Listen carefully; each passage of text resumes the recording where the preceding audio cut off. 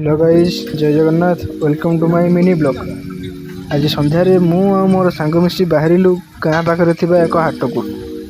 हाटरे जाई किछि समय बुलाबुली कलु। जेहेतु वर्षा पाग थिला तो किछि गरमा गरम खाइया पई इच्छा हला। तापरे आमे जाई पहुँचिलु एक तेल भाजी दुकान ले। सेठी पहुँची सारिया परे गरमा गरम बरा एवं आलू कषा खाइलु।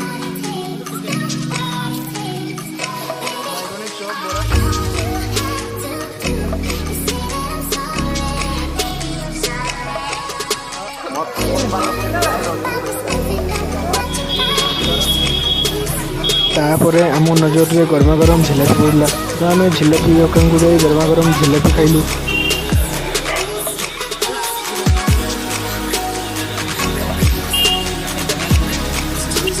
लास्ट रे आइसक्रीम खाई घर को फेरिलु। आशा करुच्ची भिडियोटी आपको भल लगी। भिडियोटी भल लगी लाइक कमेंट शेयर और सब्सक्राइब करने भूलिए नहीं।